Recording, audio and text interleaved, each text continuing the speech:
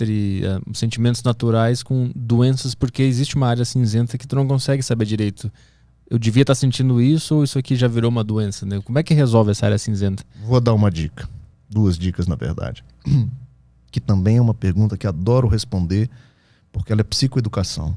Ensinar as pessoas a se perceberem assim. O que eu estou sentindo então, doutor? Me ensina aí. É da minha vida? É normal? Ou é preocupante, que já pode ser uma doença? 2 palavrinhas mágicas. A primeira chama-se proporcionalidade. O que significa isso? Você vai pegar o que você está sentindo, a tristeza que você está sentindo. Você vai fechar seus olhos e você vai fazer o seguinte exercício. O que eu estou sentindo, a intensidade, a dimensão disso é proporcional ao que eu estou vivendo? Para responder melhor esta frase, essa pergunta, uma pessoa no meu lugar, vivendo o que eu estou vivendo, estaria sentindo o que eu estou sentindo?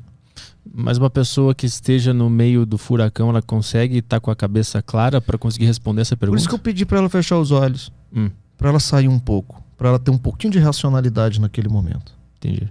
Então sai um pouquinho, pensa assim. Essa tristeza que você está sentindo é porque seu filho está na UTI? Uma mãe com um filho na UTI estaria sentindo a tristeza que você está? Se a resposta for sim, Arthur, a resposta é normal. Porque a doença, ela mora na desproporção, no sentir fora do lugar. É a tristeza excessiva, é a tristeza que está demais. E a pessoa fala assim, eu entendi sua pergunta, doutor, eu estou doente. Porque isso que eu estou sentindo tá muito, não era para estar assim. É a tristeza sem motivos? Muitas vezes sem motivo. Ou às vezes pode até ter o motivo, mas ela é desproporcional. Não é para você acordar e dormir triste com isso que está acontecendo. Tem algum exemplo? Para ficar mais claro para a galera. Esse, por exemplo, da mãe que está com um filho na UTI, sim, fruto de um acidente de moto, entre a vida e a morte. Essa mãe está abatida.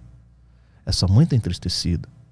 Essa mãe, ela acorda preocupada e dorme preocupada, ela perde noites de sono. Mas isso não faz com que ela entre aí na segunda palavrinha que eu vou falar para você, chamada de funcionalidade. É o funcionamento da pessoa.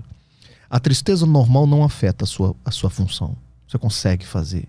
As pessoas estão vendo que você está abatido. Você está triste. Minha querida, meu filho está na UTI entre a vida e a morte.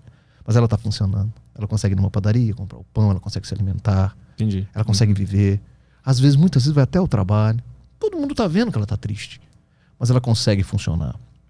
A depressão, por característica e por diagnóstico, obrigatoriamente tem que afetar a sua função. Perder um dia de aula, perder um dia de trabalho. As suas relações sociais já estão comprometidas. Você tinha 5 amigos, agora você não sai mais com ninguém. E ela vai comendo pelas beiradas. E aí a pessoa chega assim e fala assim para mim, doutor, eu sou advogado. Eu costumava fazer 10 ações por semana. Semana eu consegui fazer 2. Minha cabeça está péssima. Minha memória, a velocidade que eu penso está bem diminuída. Eu não estou conseguindo mais produzir como eu produzia. Bingo. A depressão mora aí. A tristeza normal, você consegue viver. Você vai. Você vai na audiência. Você consegue ir na sua aula. Então, essas 2 palavrinhas ajudam a gente tirar essa zona cinzenta entre a normalidade e a patologia. Porque se eu sou um médico que critico a banalização do diagnóstico, de chamar qualquer tristeza de depressão, por outro lado, eu não sou negacionista da doença mental. Eu defendo a existência da doença mental e a necessidade do seu tratamento. Porque muita gente me pergunta isso com o título do livro Anti-Tarja Preta. Eles acham que eu sou negacionista. Entendeu? Dr. Pablo é louco.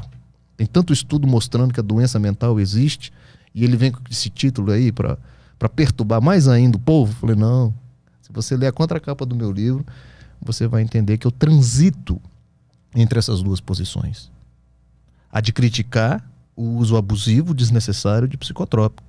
Mas, ao mesmo tempo, eu reafirmo a necessidade do tratamento medicamentoso das doenças mentais. Quando é que foi que tu percebeu isso? Quando tu